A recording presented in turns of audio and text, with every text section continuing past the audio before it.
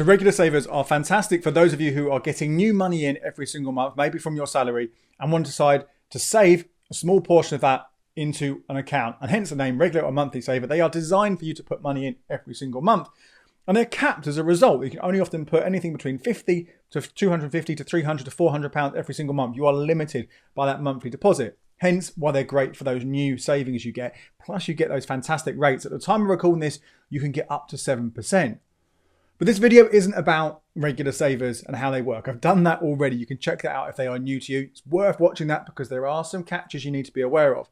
This video is about what to do if you have a lump sum. Is it worth moving some of that money into these regular savers, or is it just worth keeping them where they are, hopefully at the best rate you possibly can? So I'll be looking at this drip feed hack. I'll explain exactly what that is in a moment, but I'll also look at not just how much more money you can make from that, how that compares to fixed rate accounts. Okay, because sometimes it might be worth you not doing anything at all. But let's start off what the drip feed method is. It's pretty obvious. You can probably get it from the name. You take your lump sum of cash that you've got, you put it, as hopefully you already are, into the highest paying easy access account that you can. And it has to be fully easy access for this method to work. You cannot put it in a limited access one where maybe you can take your money out 2, 5, 6 times a year. You can't do that at all because you need to be able to get the money every single month, because that's exactly what you're going to do. The easy access account, your lump sums in there, and then let's say your regular saver you've got lets you pay in £300 every single month. Then you move that money every month, £300, bit by bit, month by month, to the end of the year. Hopefully you filled up that regular saver. It could have depleted all of your money in that lump sum, or maybe part of it, but it's gone across. And the result for this is you get the regular saver interest, that high rate of interest every single month. But for the rest of the year, the rest of the time, when the money is in the easy access account, you're still getting a decent rate there. Really, really important you do that. You can do the drip feed method and just leave it in your normal current account, which maybe doesn't pay you anything at all. But you are losing out there. So you want to drip feed bit by bit. And obviously, as with regular savers, the majority of them, not all of them, the majority of them will close after 12 months. Your interest will be paid. That goes back into your easy access account. You might have to move it manually. And then you start again. And you start opening up a new regular saver and you start shifting the money across, drip feeding it across month by month. So really, really simple. But let's have a look, shall we, exactly how that's actually work in practice. How much more money you can get. Is it worth doing it? So I'm going to use a few set examples here. And the numbers I've chosen are quite arbitrary for ease of maths and also for how much you can put in some of the accounts. The first one I'm going to talk about is if you say you've got a lump sum of £3,600. You might notice that is 12 times 300. So that one's perfect for that high paying regular saver from First Direct right now, which is the best one you can get. So let's say you just put that £3,600 in the best easy access account. I'm going to, for the time of recording this, one of the best ones is out. I am paying 2.81%. These will change, so make sure you subscribe to the channel and check out my regular monthly update on the best savings accounts, because you may well find time you watch this as a different accounts, different ones. But for the purpose of this example, I'll show you how it works. So £3,600 for a full 12 months in an easy access account and in 2.81% will earn you £101 of interest. If instead that money was just in your 0% paying current account and you moved over £300 a month into that 7% paying First Direct regular saver, again, that could change over time, but that's the best paying one right now, you will get £135 at the end of the year. So compared like for like, keep your money in an easy access account or move your money from a different account which doesn't pay anything into the regular saver. That particular regular saver is winning in this example. But the drip feed method, where you're combining the two, so you're putting them in that high paying account at 2.81% and then moving it month by month into the 7% regular saver, you're actually going to still get that £135 from First Direct, but you're also going to get 47 quid from Our I Am. So combined, that's 192 quid, and it gives you an effective interest rate of 5.33% when you average it out across the board. So you are getting more money doing that. Nice and simple, right? That one makes a lot of sense. You would kind of go with that, wouldn't you, I imagine? Let's see what happens if you increase how much your lump sum is. And I'm saying 12 grand for my next example simply because it divides up quite nicely into £1,000 a month. But that 12k, putting in an easy access account, paying 2.81%, you'll earn £337 in interest over the year. If you split it just into regular savers, there are 4 regular savers you could fit this into. The top 4 highest paying ones, in fact, First Direct, 7% we've already discussed. Club Lloyd's, 5.25%. The most you can put in there is £400 a month. And then 2 from NatWest and RBS. They're digital regular savers. You can have 1 at each bank. 5.12% is the rate. 150 is the most you can put in. That's £1,000 every month across those 4 accounts. They are the 4 highest paying accounts. If you did that from an account paying 0, then you would get £370 combined interest over the year.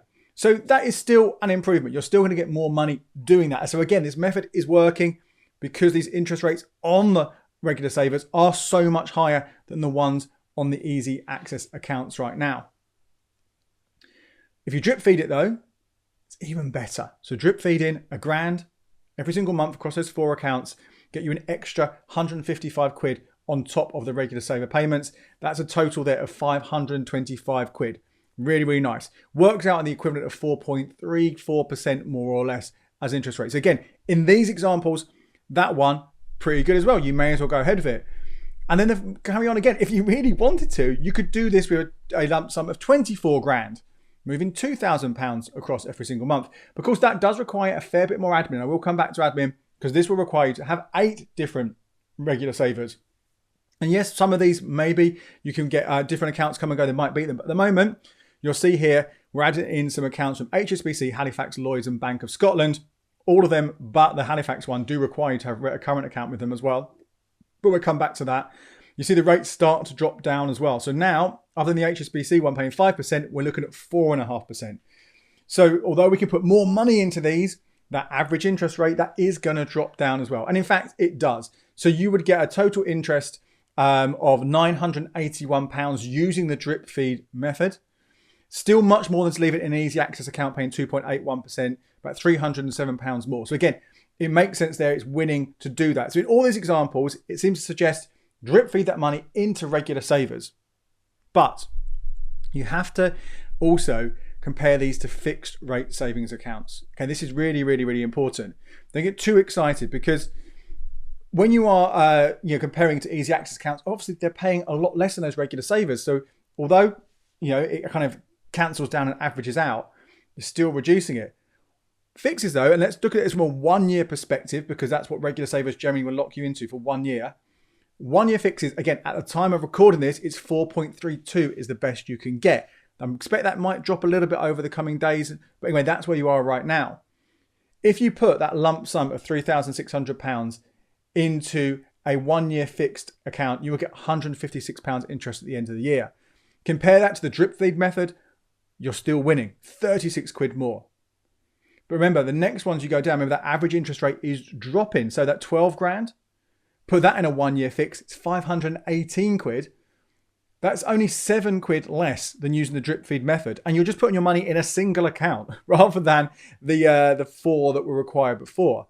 And we take it to that next level when you're drip feed into 8 different regular savers accounts, 24k, putting that in a 1 year fix, you're actually going to get more interest from that 1 year fix. £1,037 a year. That's 56 quid more than the drip feed method. So as you can see though, the margins there are pretty small. Even that 36 quid one, when you're moving money just into one account, you might think, is it worth doing that for the admin? Personally, I would probably give that one a go. I think it's worth it for that. But as we get down to 7 quid difference and when we're actually losing money, then absolutely not. I wouldn't be drip feeding at all. I would be looking at the fix. But that's not the end of the story, is it? Obviously, because this is about some example rates I'm giving you right now. We have seen recently, at the time of recording this in early December 2022, that the interest rates on the fixes, as I mentioned, they have been dropping slightly. So actually, if I did this about a month ago, it may have been very, very different way around. Those 1 year fixes were even higher. And we've also seen those regular savers increase and the easy access accounts also nudge a little bit. So it could well be that if that continues, fixes go down, easy access and regular savers do increase, then that could also widen the gap and make that drip feed method much more profitable for you. And this isn't obviously money isn't the only consideration in how much you make, because you also need to think about access, and access is really important with both of these methods, both with drip feed and fixed savings accounts. Now a fix, as I'm sure you know and the name suggests, a fixed account means that money is locked away for the duration of that fix. And this 1 year fix, that means you cannot access the money for a year without a penalty. And normally that means you forfeit the interest if you did need to get that money. So you want to avoid that. So if you think you're going to need the money, then you can't fix. You can't use those accounts. You might go, well, if I regular savers, well, they're also locking my money away. And in fact, many of them are. Some of them will let you be a bit more flexible with it. But many of them are saying, as I say, you can't get the money out or the interest until 12 months is up. So again, if you need the money, you might think, well, neither of these work for me. I maybe just put the money in the easy access account. But I would say that there may well be that the drip feed method has a little bit more flexibility in it. Because yes, the money that you put into the regular saver will be locked. But you're putting that money in every single month.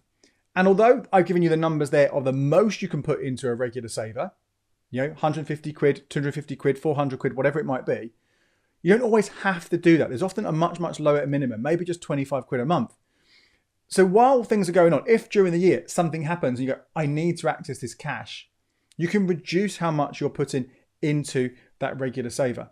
And the money still then sits in an easy access account anyway.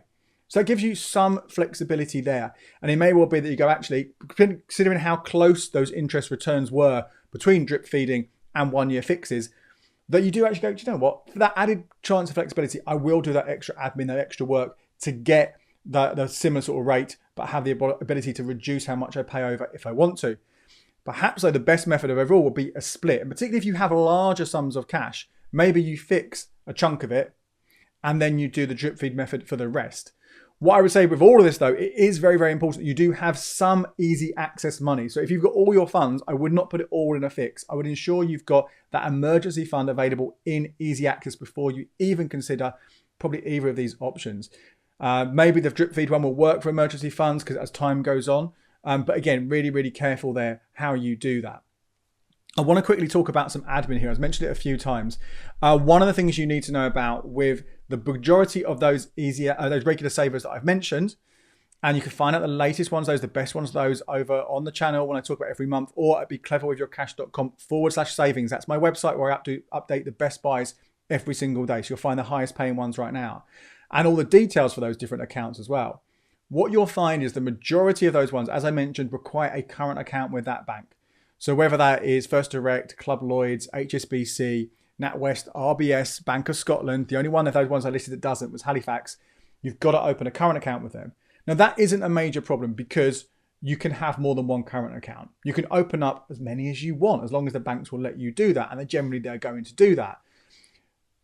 But that takes time because every time you open up a new current account, you will be credit checked, and it's kind of prudent, I would say, not to open them all up in a day, because every single time you open it, there's a credit check that will appear on your credit file, and that might look a little bit worrying because they don't know what you're applying for. They just see there's been a hard search.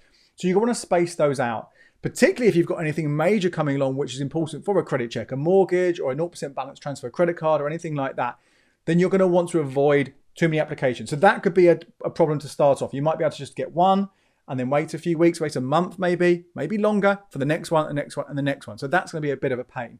You might have to therefore compromise and go for slightly lower paying regular savers, which don't require a current account, which don't require a credit check. You just open them up straight away, but the return for that will be lower. The interest will be lower, and that means your profit will be a lot lower as well. And that might make those margins we saw less appealing. So you've got to remember that is the case. And then once you've got them, you've obviously got to make sure the money goes across from your lump sum in your easy access account into those different regular savers. Relatively easy to do that admin wise, just set up standing orders that come out and pay them all in. But do check that those regular savers don't require you to have the standing order come out of that linked current account. If they do, it's just an extra step. So you can transfer from the easy access account, 400 quid, into the current account, and then from the current account, 400 quid standing order into the savings account, the regular savers account. Okay, a bit of annoying, but it's a bit of faff. But once you've done that, once you've opened the accounts and set up the automation, it just flies. You don't have to do anything at all. You're just going to be racking up all this interest. So in conclusion, is it worth it? Is drip feeding worth it? First of all, if you are happy to fix your money, you are able to fix your money, you have an easy access pot that you can get. And often there are places, again, time to recall this, Barclays pays 5.12% on its current account linked rainy day saver. On up to 5k, that's a perfect place for a pot of money you can put. Nice bit of interest, hard to beat that, and you can access it anytime. But anything else you can fix, and you're happy to fix it for a year, then do that because it takes out all the faff and the rates are going to be pretty comparable, at least at the time of recording this. But if you can't commit to locking away and you want to maximize your returns and you need a little bit of flexibility in there, like I said, you can reduce how much you pay into those regular savers if you need to month by month, then I think this drip feed trick is going to be a fantastic way to just boost how much you get. And again, like I said, overall, I think a mixed strategy is the best way to do it. Easy access, some of the easy access into regular savers and some of a fix. It's obviously assuming you've got a large enough amount of money for that. I'd love to know what you think. Are you going to try out this drip feeding hack? Have you already done it? Or do you just want the easy option, the easy life, and just whack it in an account and forget about it? My name is Andy Webb. Thank you so much for watching. Check out these videos here for more savings tips.